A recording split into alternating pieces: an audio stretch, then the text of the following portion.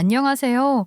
우리가 사는 인생은 다들 평범한 것처럼 보이지만 사실 각자의 사연을 들여다보면 다사다난한 것 같아요. 폭풍이 몰아쳐야 진짜 돛의 강함이 드러난다는 말 들어보셨나요? 제 인생은 사실 폭풍의 연속이었다고 생각해요. 처음에는 그저 묵묵히 견디는 게 미덕이라고 여겼던 시절도 있었습니다. 하지만 참는다고 해결되는 일도 있지만 절대로 참아서는 안 되는 일도 있더라고요. 바로 저와 제가 사랑하는 사람들을 지키려면 용기를 내야 하는 순간도 있었던 거죠. 지금부터 제가 살아온 이야기를 들려드리려고 하는데요. 수많은 여러분들 중에 한 분이라도 공감해 주셨으면 좋겠어요. 저는 그것만으로도 만족할 수 있을 것 같네요. 그러면 제 사연 시작해 볼게요. 저는 40대 초반으로 아이를 사랑으로 키우면서 열심히 살아가고 있는 아줌마입니다. 사실 저는 겉모습으로 봤을 때 누가 봐도 혼혈이라는 걸 알 수 있는데요.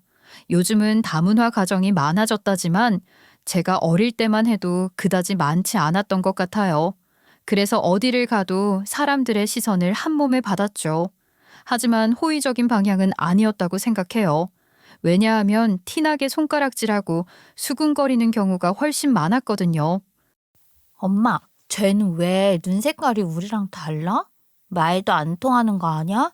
에이, 꼭 괴물같이 생겼는데 왜 우리 학교에 입학한 거지? 지네 나라로 안 돌아가나? 쉿, 그런 말 함부로 하면 안 돼. 한국에서 초등학교 입학할 정도면 이미 한국어쯤은 다 배웠을지도 몰라. 그냥 어울리지 말고 투명인간 취급해. 어떤 속셈을 가지고 있을지 모르니까. 저는 한국에서 태어나고 한국에서 자랐음에도 이방인 취급을 당했습니다. 솔직히 어린 마음에 억울하기도 했던 것 같아요. 왜냐하면 제가 뭘 잘못해서 그런 취급을 당하는 게 아니고 전부 편견 어린 시선 때문이었으니까요. 하지만 저는 저에게 이국적인 외모를 닮게 만든 아버지의 존재를 몰랐습니다. 어머니 홀로 저를 책임지고 키워주셨거든요. 사실 어머니는 한국에 들어왔던 미국인과 잠깐 교제하신 적이 있었다는데요. 이미 그 남자와 헤어지고 본국으로 돌려보낸 다음에 저를 임신하셨다는 걸 알게 되셨대요. 당연히 외갓집에서는 당장 흘려보내라고 난리가 났겠죠. 너 정말 미친 거야? 내가 너를 어떻게 키웠는데 인생을 막장으로 만들어버리는 거냐? 절대로 안 된다. 내 눈에 흙이 들어가도 허락 못해. 무조건 흘려보내. 너 아직 미래가 창창한데 왜 벌써 팔자를 꼬아버리는 거야? 저는 팔자를 꼬는 거라고 생각하지 않아요.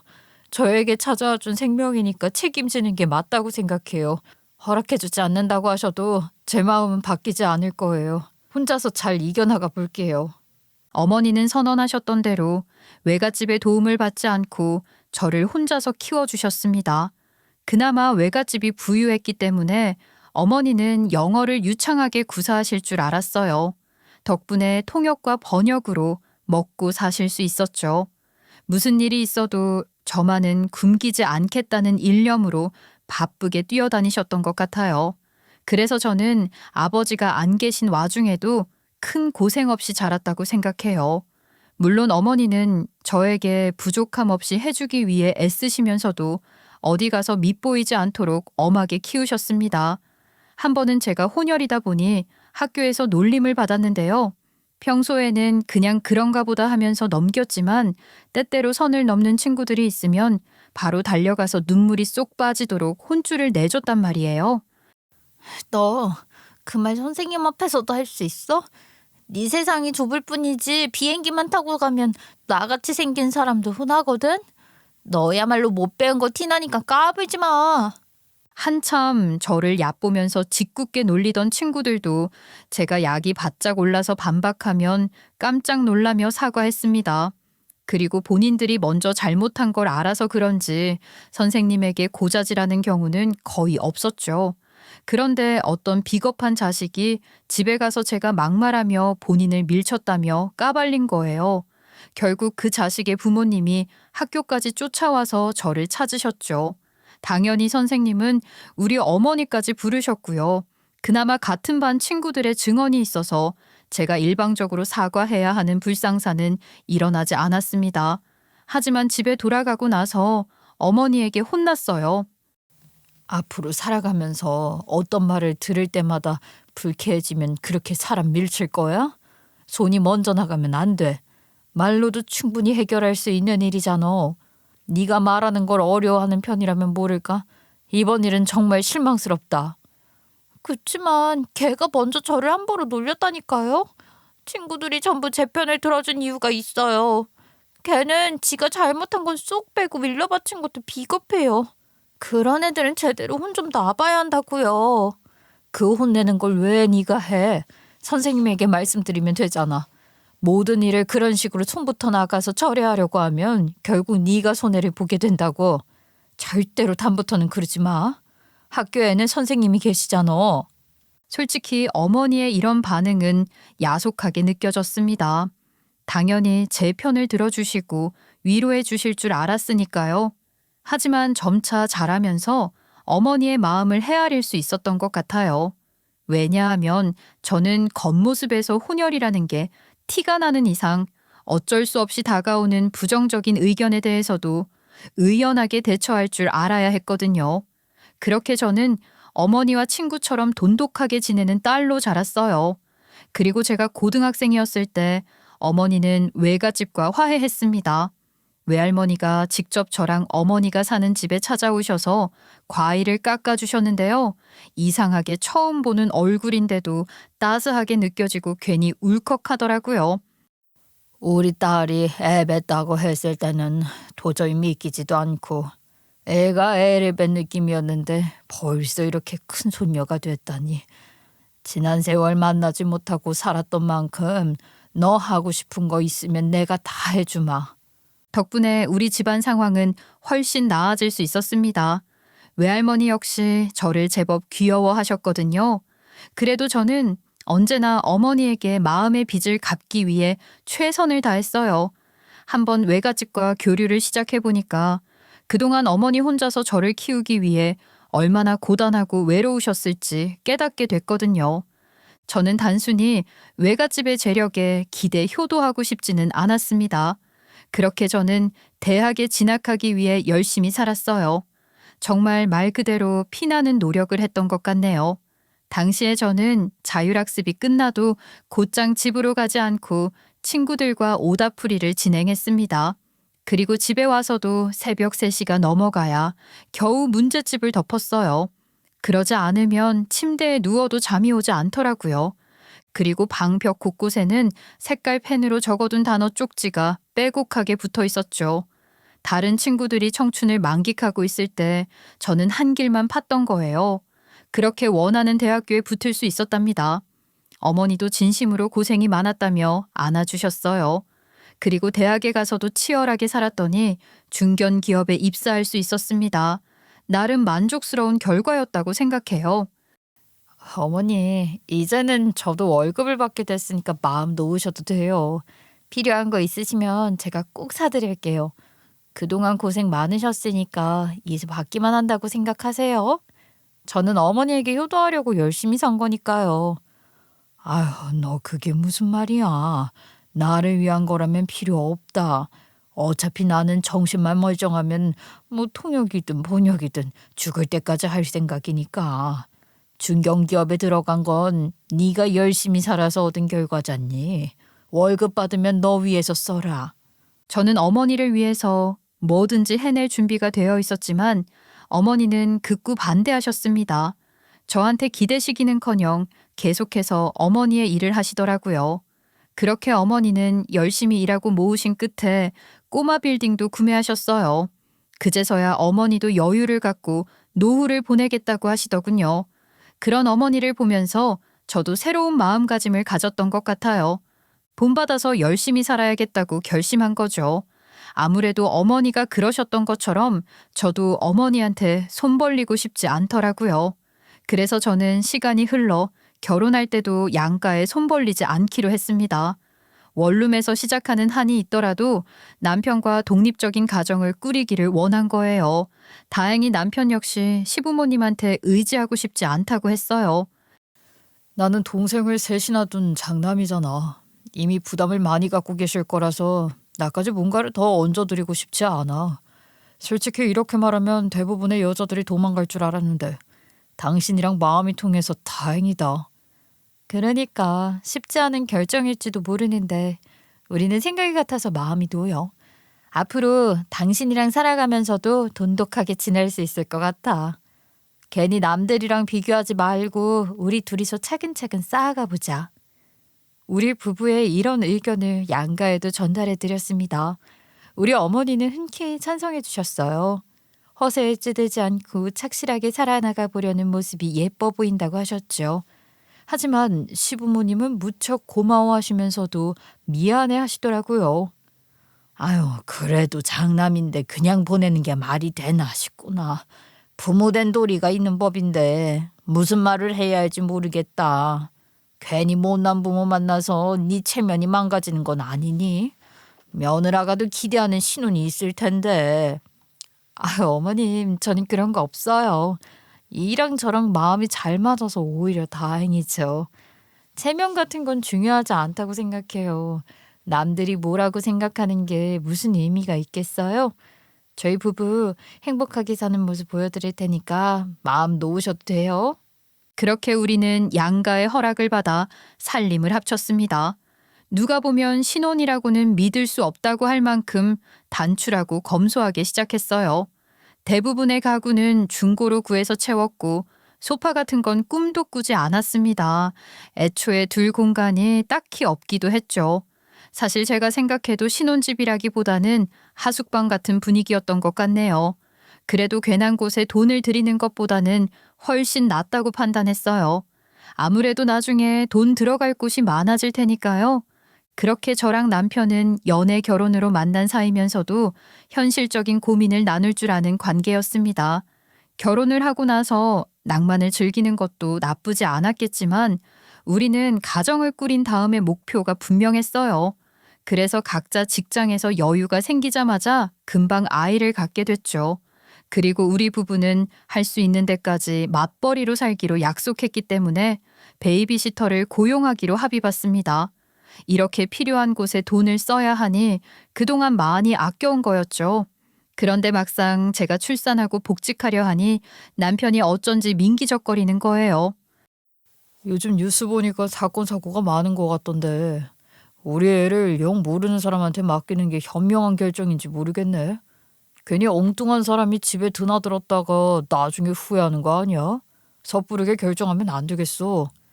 그걸 지금 와서 고민하면 어떡해. 진작 베이비시터 고용하자고 합의 볼 때 말했어야지. 나 이제 회사로 돌아가야 하는데 어쩌라는 거야? 처음부터 베이비시터 고용하는 게 마음에 걸린다고 했으면 내가 복직을 미뤘을 텐데. 나라고 이런 고민이 생길 줄 알았나? 막상 아이가 눈앞에 있으니까 걱정되는 걸 어떡해. 일부러 당신 머리 아프라고 이러는 게 아니라 진지하게 생각해봐야 할 문제라고. 우리 부부는 양가에 기대지 않기로 약속했던 만큼 꼭 맞벌이를 해야 하는 상황이었습니다. 그런데 남편이 시간이 넘치는 사람처럼 딴소리를 하고 있으니 화가 날 수밖에 없더라고요. 그러다가 남편은 고민 끝에 한 가지 제안을 했어요. 내가 곰곰이 생각해봤는데 우리 엄마한테 부탁드리는 건 어때?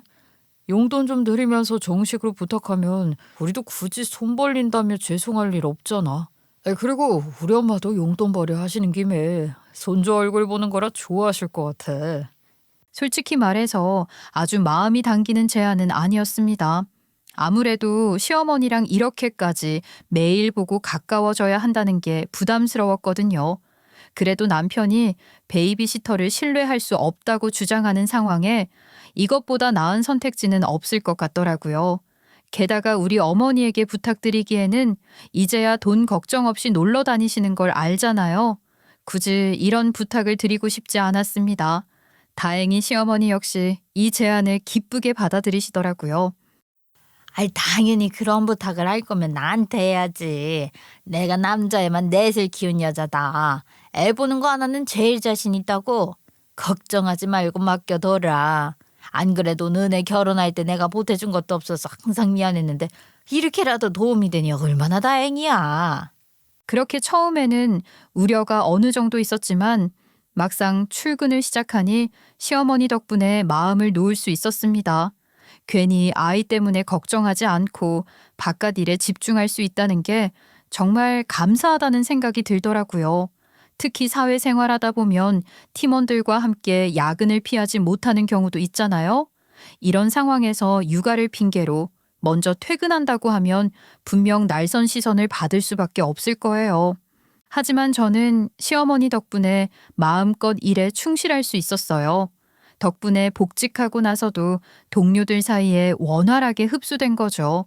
그래서 저는 퇴근길에 시어머니가 좋아하신다고 하던 식혜나 떡을 사서 귀가하기도 했어요.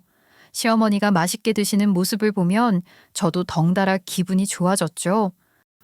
공짜로 육아시키는 것도 아니고 용돈도 다 챙겨주면서 이렇게 내 간식까지 사다 주니 행복하다. 우리 아들 결혼시키기를 잘한 것 같아. 아유, 어떻게 검소하면서도 싹싹한 며느리를 맞아들일 수 있었는지 몰라. 어머님 덕분에 제가 회사 생활 매끄럽게 유지할 수 있는 거예요. 어머님 아니었으면 우리 아이 어떻게 지내나 궁금해서 전전긍긍했을 것 같거든요. 앞으로도 잘 부탁드리고 싶어서 드리는 뇌물이니까 맛있게 드세요. 더할 나위 없이 이런 일상만 보낼 수 있다면 뭐든 할 수 있을 것 같았습니다. 하지만 평화는 오래 지속되지 못했어요. 나름 열심히 살아보겠다고 발버둥치고 있었는데 몸이 이상해진 거예요. 어디 큰 병에 걸린 것은 아니었지만 갑자기 구토도 잦아지고 위경련까지 와버렸어요. 심지어 위경련 증상이 나타났을 때는 거래처에 가는 길이었는데요. 저도 모르게 고통스러워서 드러눕게 되다 보니까 교통사고까지 났습니다. 난생 처음으로 겪는 통증에 얼마나 당황스럽고 두려웠는지 모르겠어요. 그렇게 병원에서 내시경부터 초음파까지 이것저것 검사를 다 해봤거든요. 그런데 장기는 깨끗하고 스트레스성이라는 소견을 받게 된 겁니다. 그동안 제가 회사에서 인정받고 있는 만큼 더욱 증명해내고 싶은 마음에 너무 업무에 매달렸던 것 같더라고요. 사실 저는 몸에서 먼저 경고하지 않았더라면 제가 이토록 힘든 줄도 몰랐을 거예요. 그만큼 앞만 보고 달려가는 경주마였거든요. 하지만 한번 제 컨디션이 무너지고 있다는 것을 인지하니까 업무에 다시 충실하기 어려웠습니다. 아무래도 교통사고까지 났던 게 트라우마로 작용한 것 같아요. 계속 사고 났던 순간이 떠오르면서 도로에만 나가도 손에 땀이 났거든요. 이대로는 안 될 것 같아. 당장 오늘만 살고 죽는 것도 아니고 미래까지 생각해야 하는데 이렇게 버티다가는 금방 또 축나겠어. 처음으로 다녔던 회사라서 스스로 그만두기 어렵지만 결정을 내리는 게 맞아. 그래, 당신 쉬운 마음으로 포기하는 게 아니라는 걸 알아. 그동안 나랑 했던 약속 지키겠다고 엄청 노력했잖아. 괜히 부담 갖지 말고 우선 회복에 힘쓰는 게 좋겠어. 당신이 그만둔다고 해서 우리 집이 막 기울어지는 것도 아니니까. 결국 저는 고민 끝에 퇴사하기로 마음먹었습니다. 남편도 제가 출산하고 나서 몸 어느 정도 추스리고 난 뒤에 바로 복직했다는 걸 알기 때문에 이해해 주더라고요. 그렇게 저는 한 곳에서 오래 근무했기 때문에 적지 않은 퇴직금을 받았어요. 하지만 아무래도 남편한테 미안한 마음이 아예 없을 수는 없더군요. 애초에 우리 부부는 둘 다 최대한 맞벌이로 지내자고 맹세한 적 있으니까요. 대신 저는 집에 있게 된 만큼 직접 육아를 하고자 하는 마음이 있었어요. 하지만 시어머니는 용돈벌이가 쏠쏠했던 탓인지 계속 본인이 도와주기를 자처하시더라고요. 어머님, 이제는 집에 오지 않으셔도 돼요. 그동안 열심히 도와주신 만큼 이제 푹 쉬세요. 황혼 육아가 얼마나 힘든지 잘 알고 있거든요. 어차피 제가 낳은 아이니까 열심히 배워나가려고요. 어? 아유, 아니다. 나한테도 너네 집에 와서 손주 보는 게 얼마나 낙이었는데. 육아라는 게 절대로 쉬운 일이 아니야. 나는 능숙해서 별로 힘들지 않으니까 계속 맡겨라. 그동안 시어머니랑 크게 부딪힌 적 없었기 때문에 저는 말씀을 따르기로 했습니다. 하지만 제가 집에 있게 되면서 오랜 시간 붙어 있게 되니까 쉽지 않더라고요. 우선 시어머니는 제가 남편을 출근시켜놓고 아이랑 자고 있으면 아이를 데려간답시고 큰 소리를 내서 단잠을 방해하셨어요. 그리고 아이가 울면 제가 못난 엄마라 잘못한 것처럼 말씀하시더라고요. 아유, 우리 손주 원래 이렇게 떼쓰고 우는 애가 아니었는데 도대체 누가 울렸지? 너네 엄마가 울렸어? 아이고, 마음 아파라. 도대체 뭘 했길래 이 천사 같은 애를 울린 거라니? 분명 저를 쳐다보시면서 하는 말씀은 아니었지만 뻔히 다 들리는 상황이라 불편할 수밖에 없었습니다. 아무래도 우리 부부가 맞벌이로 지내다가 남편의 외벌이가 된 거잖아요. 그래서 제가 쉬고 있는 꼴을 보는 게 눈꼴 시려우셨나 봐요. 어머님, 혹시 제가 그냥 팔자 좋게 늘어져 있는 거라고 생각하세요? 저는 몸에 탈이 나서 퇴사한 거예요. 그래서 그이도 흔쾌히 지금 상황을 받아들이고 있는 거고요. 의사 선생님이 휴식을 취해야 한다고 하셨어요. 아이, 누가 뭐래? 나는 아무 말도 안 했는데 왜 네가 먼저 해명을 하고 그래? 아이, 누가 들으면 내가 눈치 준 줄 알겠다. 사람 이상하게 만들지 마라. 제가 아무리 해명을 해도 시어머니는 아랑곳하지 않으셨습니다. 결국 저는 더 이상 참을 수 없다고 생각했어요. 그래서 남편에게 이러한 상황을 알리고 시어머니가 더 이상 방문하지 못하게 만들었죠. 어차피 제가 집에 있게 된 상황이라 시어머니의 도움 같은 건 굳이 필요하지 않았으니까요. 하지만 시어머니는 많이 서운해 하시더라고요. 아니, 내가 도와준다는데도 왜 거절을 하고 그러니? 뭐가 못마땅했던 거야? 솔직히 상처되는구나. 특별하게 손주한테 뭐 잘못한 것도 없는데 왜 그만두라는 거야? 에휴. 죄송하지만 지금까지 봐주신 걸로 충분해요. 이번이 마지막이니까 용돈 넉넉하게 넣어드릴게요. 너무 속상해하지 마시고 드디어 자유시간을 찾았다고 생각하세요. 친구분들이랑 놀러 다니시면 좋잖아요. 시어머니가 티나게 속상해하시니까 남편도 미안한 마음을 숨기지 못했습니다. 하지만 애엄마는 저였기 때문에 고집을 부리지는 못하셨어요. 그렇게 저는 어느 정도 회복이 됐다고 생각했을 때 다시 이직을 준비하기로 마음 먹었죠. 그런데 이제는 나이가 있어서 그런지 자꾸 떨어지더라고요. 솔직히 자부심을 갖고 회사 생활하다가 이런 상황에 놓이니까 많이 불안했습니다. 대신 그 시기에 남편이 승진하면서 연봉 협상도 잘 이루어졌어요. 덕분에 집안 살림에는 문제가 없어서 얼마나 다행이었는지 몰라요. 우리 어머니 역시 제가 힘들어하고 있는 상황에서 남편이 잘 풀리고 있으니 고마워하셨죠. 최서방, 맞벌이로 살다가 혼자 가장이 된 거라 부담이 적지 않을 텐데 묵묵하게 버텨줘서 고맙네. 앞으로도 우리 딸이랑 손주랑 행복하게 잘 살았으면 좋겠어.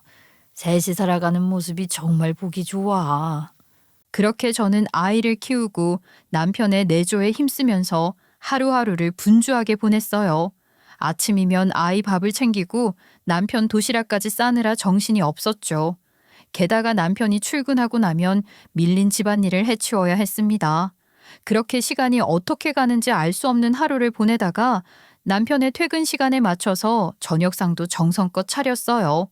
모든 주부의 일상이 그렇겠지만 퇴근이라는 게 없는 생활이라 고되더라고요. 하지만 아이가 커가는 과정을 직접 함께하니까 행복하게 느껴지기도 했죠.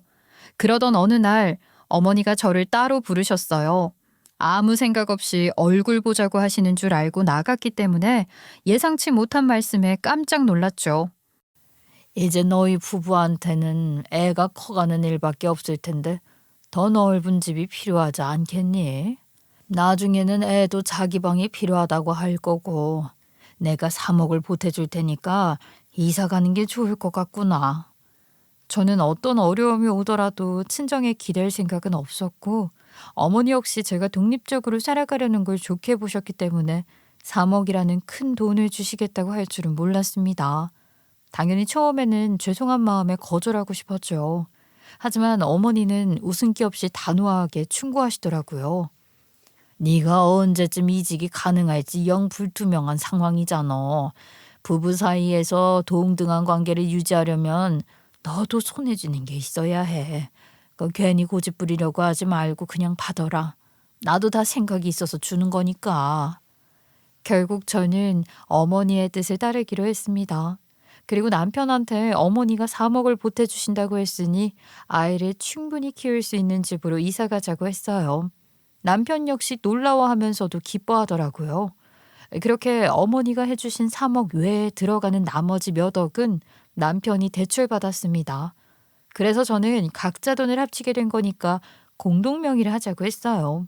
하지만 남편의 의견은 다른 것 같더라고요. 당신은 이제 경력이 단절된 거라서 이직이 불가능할지도 모르는 상황인데다가 재산세도 그렇고 여러 세금 문제를 생각해야 돼. 그냥 명의는 내 것으로 하고 당신은 아예 전업주부로서 아이를 키워는 게 낫겠어. 안 그래도 점점 더 스펙이 남다른 후배들이 치고 올라오는 상황이었기 때문에 저는 남편의 의견을 승낙했습니다. 막상 제 손으로 아이를 돌보다 보니 하루하루 붙어있는 시간이 소중하기도 했거든요. 그렇게 시부모님에게도 우리 부부의 이사를 알려드렸어요. 당연히 축하해 주실 줄 알았으니까요. 그런데 시어머니는 좀 다르게 받아들이시더라고요. 확실히 돈이 적기는 한가 보다. 내가 그동안 손주 봐주는 고생은 다 한 것 같은데 결국 사돈이 공을 한 번에 가져가시는구나. 솔직히 섭섭한 건 어쩔 수 없다. 네? 어머님 전혀 그렇게 생각하실 필요 없어요. 어머님에게 돈 보태달라고 말씀드린 것도 아니고 저희 이만큼 좋은 일 생겼다고 말씀드린 거예요. 그냥 기쁘게 생각해 주시면 돼요.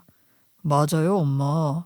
저희는 엄마가 애 봐주셨던 거랑 장모님이 돈 보태주신 걸로 비교할 생각도 없어요. 그냥 단순하게 받아들이시면 되는데.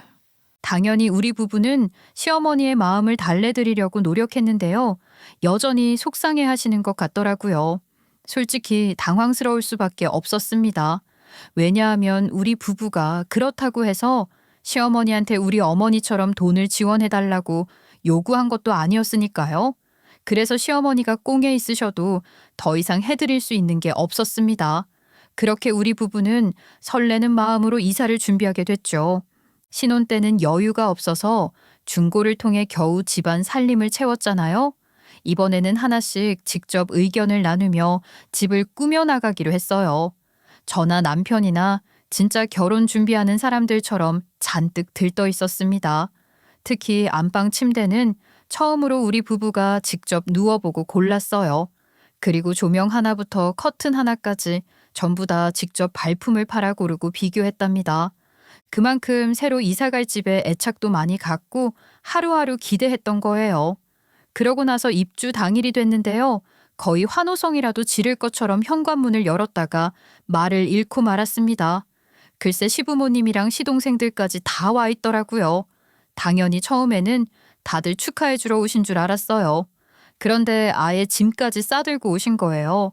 저도 모르게 얼굴이 굳어지는 걸 느껴버렸죠. 도대체 이게 무슨 상황이에요? 왜 짐까지 싸들고 오신 건데요? 설명 좀 해주세요. 왜 어머님, 아버님부터 도련님들까지 전부 우리 집에 계신 거죠? 저는 황당한 심경을 숨기지 못하고 따져 물었습니다. 그런데 이 광경을 흐뭇하게 보고 있던 남편이 대신 대답을 하더라고요. 장모님은 여유롭게 노후를 즐기고 계시는데 우리 엄마는 쪼들려서 사시는 게 안타깝더라고. 이제 우리 넓은 집으로 온 거니까 다 같이 살았으면 좋겠어. 복작복작하고 단란하게 지내면 좋잖아. 애도 우리 엄마가 가끔 봐줄 수도 있고. 당신 아직 몸도 안 좋은데 집안일까지 가르쳐 주시면 서로 좋은 거 아니야? 그 상황에서 제가 거울을 본 건 아니었지만 분명 얼굴이 불그락푸르락 했을 겁니다. 그런데도 남편이 아랑곳하지 않고 아름다운 미래를 위한 것처럼 말하고 있으니까 속이 터질 것 같더라고요. 심지어 남편은 아직도 말이 끝나지 않았어요. 나는 사실 예전부터 그 시트콤 순풍산부인과 가족들처럼 한 지붕 아래 다 같이 사는 게 꿈이었거든. 야, 드디어 화목한 그림을 그릴 수 있게 돼서 기대된다. 아니 쌍, 그걸 왜 나랑 이루려고 하냐고. 심지어 윗눈 한 번 한 적 없었잖아. 내가 집 꾸밀 생각이 들떠있을 때 당신은 시댁 생각까지 하고 있었다는 거야 그럼? 내가 그렇게 우리 셋이 지낼 상상하면서 행복해하는 거 다 봤잖아. 제가 분노를 터뜨리고 있는데도 남편은 아무런 상관없어 보였어요. 거의 투명인간 취급하는 것처럼 동요하지 않더라고요. 그러더니 일단 같이 살아보면 좋다는 걸 알게 될 거라면서 잘 지내보자고 덧붙였습니다. 솔직히 셋이 사는 집에서 전업주부로 살면 뭐가 힘들겠어. 외벌이 남편한테 의지하고 싶으면 이 정도 고생은 각오했어야지. 만약 싫으면 나가든지. 어차피 내 집이잖아. 그제야 왜 제가 고함을 치는데도 남편이 가만히 지켜보고 있었는지 알겠더라고요. 애초에 본인 명이니까 저만 내쫓으면 된다고 생각한 것 같았습니다. 심지어 남편 뒤에 서 있는 시부모님과 시동생들도 같은 생각이었나 봐요. 저의 날선 반응에 민망해하거나 멋쩍어하기는커녕 남일 보듯 구경하고 있었으니까요. 그저 곧 본인들이 차지하게 될 넓은 집을 기대하는 눈치였습니다. 저는 가만히 시댁 식구들을 노려보다가 알겠다고 대답해줬어요. 남편 놈이 지 가족들이랑 붙어 살고 싶다는데 제가 감히 그 마음을 어떻게 돌리겠나요? 그런데 비웃음이 새어나오는 것까지 막아지지는 않더라고요. 설마 제가 3억이나 보태면서 무작정 아무런 생각 없이 남편 놈에게 명의를 줘버렸을 거라고 믿는 시댁 것들이 우스웠으니까요. 뭐 당신이 당신 가족들이랑 그렇게 눈물겹게 같이 살고 싶다는데 내가 뭐 어쩌겠어? 근데 설마 내 돈도 들어간 걸 뻔히 알면서 나 하나 쫓아내면 끝이라고 믿는 건 아니지? 그렇게까지 멍청한 건 아니라고 믿고 싶은데. 사실 저는 남편 놈이 공동명의 말고 자기 단독 명의를 주장했을 때 그냥 승낙해버린 게 아니었습니다. 그저 순순히 받아들인 척했지만 저 나름대로 지킬 수 있는 방안을 마련해야 한다고 생각했거든요. 당연히 그 길로 변호사 사무실부터 다녀왔어요. 혹시 남편 놈의 태도가 돌변했을 경우에는 어떻게 대처해야 하는지 미리 의논했던 거죠. 그런데 변호사가 너무 필요한 조언을 해주더라고요. 만약 두 분이 이혼하시게 되시면 재산 분할할 때 단순히 등기 명의자만 확인한 게 아니에요. 법적으로 기여도가 핵심이 될 겁니다. 변호사의 조언을 받고 나니 제가 해야 할 다음 행동들은 바로 정해질 수 있었습니다. 우선 어머니가 저에게 계좌로 보내주신 이체 내역부터 제가 집주인 계좌로 직접 보낸 이체 내역, 그리고 남편 놈과 주고받았던 문자 기록까지 정리해뒀죠. 게다가 남편 놈한테는 확인서까지 받아낸 바 있었어요. 간단한 메모이기는 하지만 남편의 자필 서명이 들어간 거라 문서 증거로 삼을 수 있다고 하더라고요. 아무래도 명의를 당신 것으로 하는 거니까 이 정도는 우리 어머니에게 보여드려야 걱정하지 않으실 것 같아. 어려운 것도 아니니까 직접 확인서 정도는 써줬으면 좋겠어. 3억이라는 게 작은 돈은 아니잖아. 그래, 이 정도야 뭐 어려운 일은 아니지. 그나저나 장모님에게 너무 감사하다. 설마 3억이나 보태주실 줄은 진짜 몰랐네. 혹시 장모님이 명의 문제로 이상하게 생각하시면 안 되니까 당신이 확인서 들고 가서 잘 말씀드려. 당시에 남편 놈은 제가 3억의 출처인 우리 어머니를 거론하며 확인서를 써달라고 했더니 의심도 하지 않고 흔쾌히 제가 냈다는 내용으로 써줬습니다. 깊게 생각하지 않고 3억을 도로 빼앗기면 안 된다고 생각한 거겠죠. 그렇게 저는 이 정황을 모두 시댁 것들한테 알려줬어요. 어디 한번 넓은 집에서 잘 살아보세요. 이혼 소송 시작하고 재산 분할 결정되면 그걸로 끝일 테니까요. 그냥 이놈 명의 됐으니까 갈취하면 된다고 생각하셨나 본데 제가 가만히 당하고 있을 줄 아세요? 한여름밤의 꿈처럼 잠깐 누려보시든가요. 저는 노골적으로 조롱하면서 멍청한 시댁 것들을 손가락질했습니다. 진짜로 시댁 것들은 그냥 명의만 가져오면 끝인 줄 알았나 봐요. 눈에 띄게 당황스러워하더라고요. 도대체 이게 뭔 소리냐? 명의 가져온 걸로 끝나는 거 아니었어? 왜 저렇게 며느리가 당당한 건데? 이혼 소송하면 우리 이 집 빼앗겨야 되는 거냐? 누가 좀 제대로 알아듣게 설명해 보란 말이다. 저도 무슨 상황인지 모르겠어요. 정신없으니까 그만 좀 물어보세요, 아버지. 아무래도 형수님이 뭔가 비장의 무기가 있기는 한가 봐요. 아니, 큰형은 다 됐다면서 본인만 믿으라고 큰소리 뻥뻥 치더니 뭔 짓을 해놓은 거야. 시댁 것들은 예상치 못한 저의 대처 때문에 혼란에 빠졌죠. 서로 언성을 높이면서 이 상황을 어떻게 받아들여야 할지 곤혹스러워 하더라고요. 이 와중에 시어머니는 제 마음만 달래면 해결될 거라고 생각하셨나 봅니다. 갑자기 저한테 되게 다정한 것처럼 구시면서 다가오시는 거예요. 심지어 저를 껴안으려고 하셨는데 제가 뿌리쳐 버렸습니다. 예, 아유 우리가 진짜 너를 쫓아내기라도 할까봐 놀랐어. 괜히 이성이를 하나도 없다. 우리가 너 이사 온 김에 깜짝 놀래켜주려고 그 연기했을 뿐이야. 진심으로 너를 난처하게 만들 생각은 요초도 없었으니까 그 마음 풀어라. 그런 식으로 상황만 모면하면 되는 줄 아세요? 이미 선 제대로 넘어서 마음 바꿀 생각 없어요. 어떻게 시댁에 단 한 분이라도 정신 차린 분이 없는 거예요? 다 같이 저 하나 골탕 먹이기로 마음 모은 게 참 기가 막히네요. 제가 시댁 것들 모두를 노려보니까 다들 눈을 마주치지도 못하더라고요. 그리고 남편 놈 역시 그제야 정신 차리고 저를 붙잡았습니다. 도대체 이게 어떻게 된 거냐면서 두려워하고 있었어요. 하지만 저는 더 이상 설명해 줄 이유가 없었습니다. 이제 제 사람도 아닌데 굳이 시간을 내어주고 있을 이유가 없잖아요. 그렇게 저는 남편의 간절한 손을 뿌리치고 나왔어요. 그리고 바로 친정으로 돌아갔죠. 무슨 일이길래 이렇게 씩씩거리냐면서 어머니는 당황스러워 하시더라고요. 저는 바로 이혼하기로 마음먹었다고 알려드렸어요.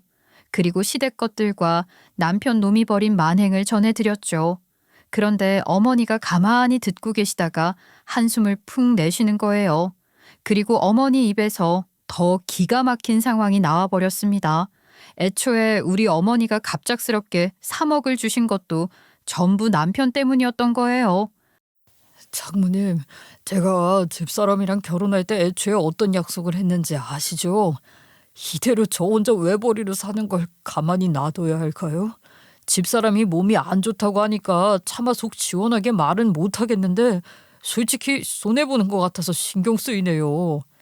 아니 우리 딸은 자네랑 단말이 다 된 걸로 알고 있던데 우리 딸 앞에서는 자네도 푹 쉬라고 했다며 굳이 속내를 감출 필요 없이 자네의 마음을 말하면 되지 않나?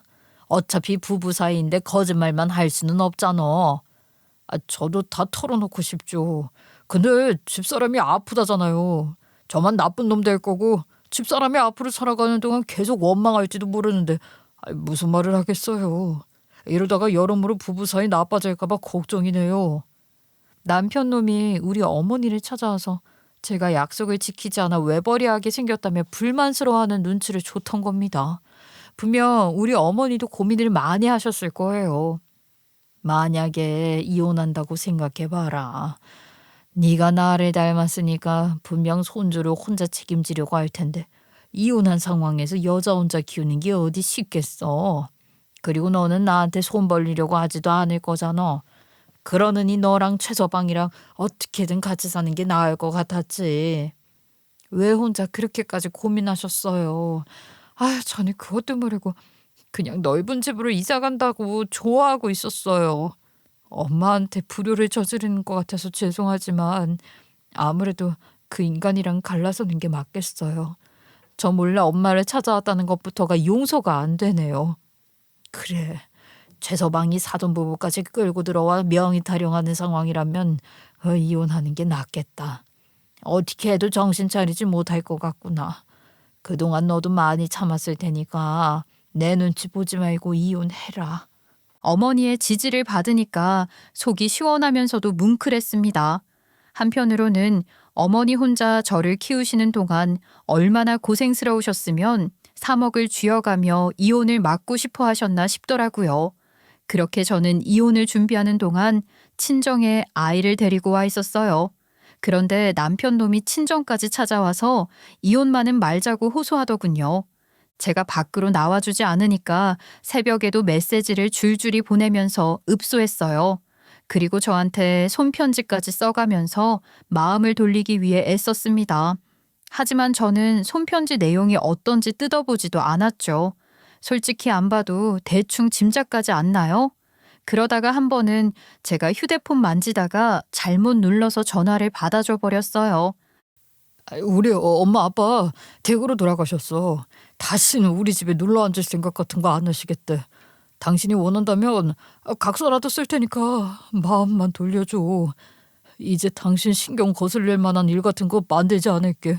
제발 우리 세 가족이서 넓은 집에서 잘 살아보자. 남편 놈은 울먹이면서 저에게 용서를 구했습니다. 하지만 저는 언제 또 그런 식으로 나올지 알 수 없다고 생각했어요. 당연히 이혼을 굽힐 생각 같은 건 티끌만큼도 없었죠. 그래서 저는 남편 놈이 친정 앞을 서성이지 못하도록 신고해버렸어요. 결국 저는 전 남편과 이혼을 마쳤고 재산 분할까지 아주 유리하게 받아낼 수 있었습니다.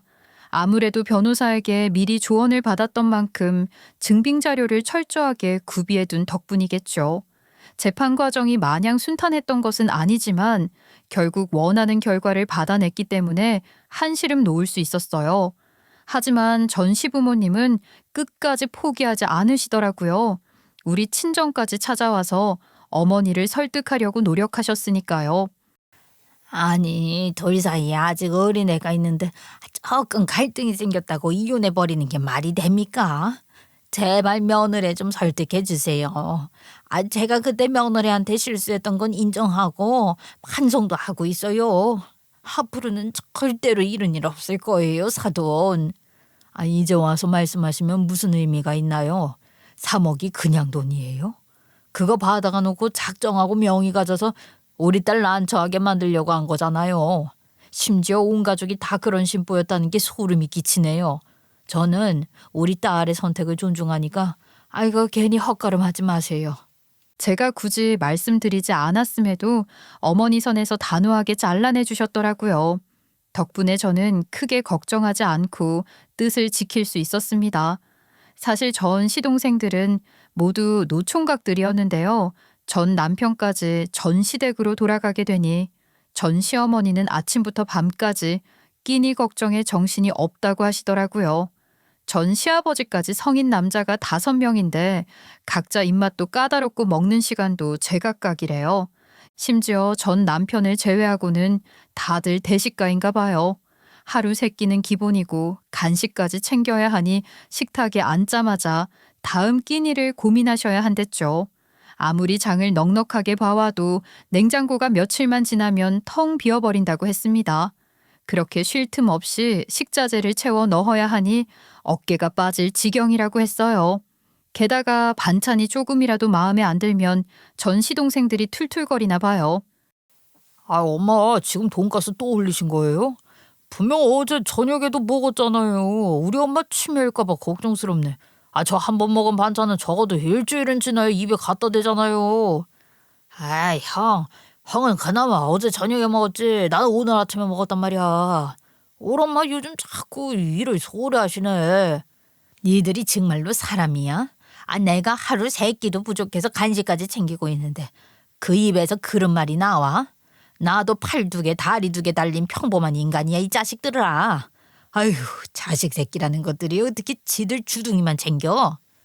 도대체 제가 이 철없는 전 시댁 것들의 근황을 어떻게 알고 있나 궁금하시죠? 바로 전 시모가 밥하느라 고통스럽다며 저한테 전화를 하셨습니다. 나 진짜 힘들어서 미치겠다. 그때 합가하자고 종용했던 건 아들놈들 같이 챙겨주기를 바랐던 것뿐이야. 너를 미워해서 그런 게 아니라 나도 도움이 필요했던 거라고. 네가 그때 알겠다고 해줬으면 좋았을 텐데. 이제 뭐 어떻게 지내시는지 궁금하지도 않아요. 직접 그렇게 키우신 건데 뭐 어쩌겠어요. 다른 집 귀한 딸이 고생하느니 그냥 끝까지 책임지시는 게 낫겠네요. 다 큰 성인들 밥 차려주는 일을 왜 저한테 맡기려고 하셨는지도 의문스럽고요. 전 시어머니는 어떻게든 저한테 도와달라고 하기 위해 말을 이어갔습니다. 하지만 저는 전화를 끊어버렸고 지금은 차단까지 마친 상태예요. 어차피 각자 갈 길 가자고 결정한 사이니까요. 그렇게 저는 어머니의 도움을 받아서 아이를 키우고 있습니다. 물론 매달 전 남편한테 양육비도 꾸준히 받고 있어요. 사실 전 남편이 면접 교섭 운운하면서 구질구질하고 귀찮게 굴까봐 걱정했는데요. 양육비 때문에 돈 모으느라 정신없어서 그런지 얌전하게 있답니다. 주말에도 세차장 아르바이트 다닌다고 하더라고요.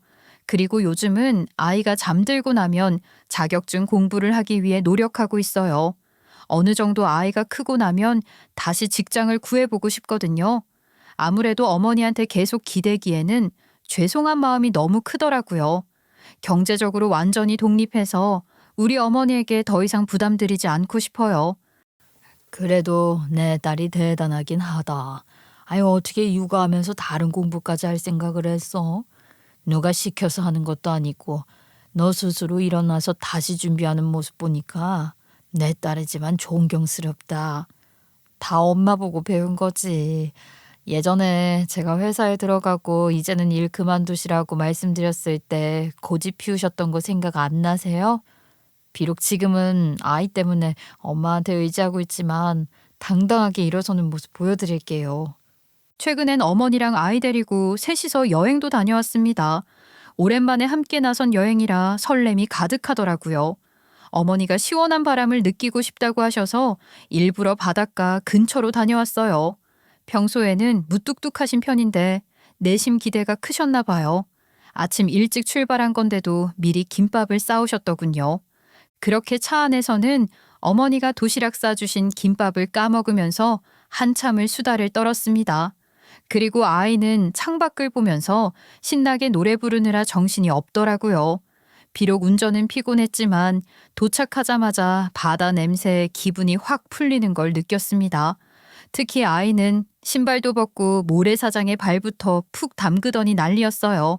그리고 어머니도 모처럼 밝은 얼굴로 조개 껍질을 주우시면서 아이랑 노셨는데 그 모습이 얼마나 보기 좋았는지 몰라요. 점심에는 바닷가 근처 식당에서 회정식도 실컷 먹었고 근처 카페에 들러 따뜻한 차 한잔 하면서 여유롭게 오후를 보냈죠. 그렇게 오랜만에 아무 걱정 없는 하루를 보내니까 역시 이런 게 인생이다 싶었습니다. 그리고 여행이 끝나고 돌아오는 길에는 셋 다 말없이 창밖만 보고 있었는데 마음이 참 편안하더라고요. 저는 엄마를 세상에서 가장 존경해요. 제가 애를 낳아서 키워보니까 주변에 도와주는 사람이 있더라도 뭐 하나 쉬운 게 없더라고요. 가끔은 숨이 턱 막히는데 어떻게 견디셨나 모르겠어요. 사실 그때 말은 못했지만 솔직히 밤에 울 때도 많았어.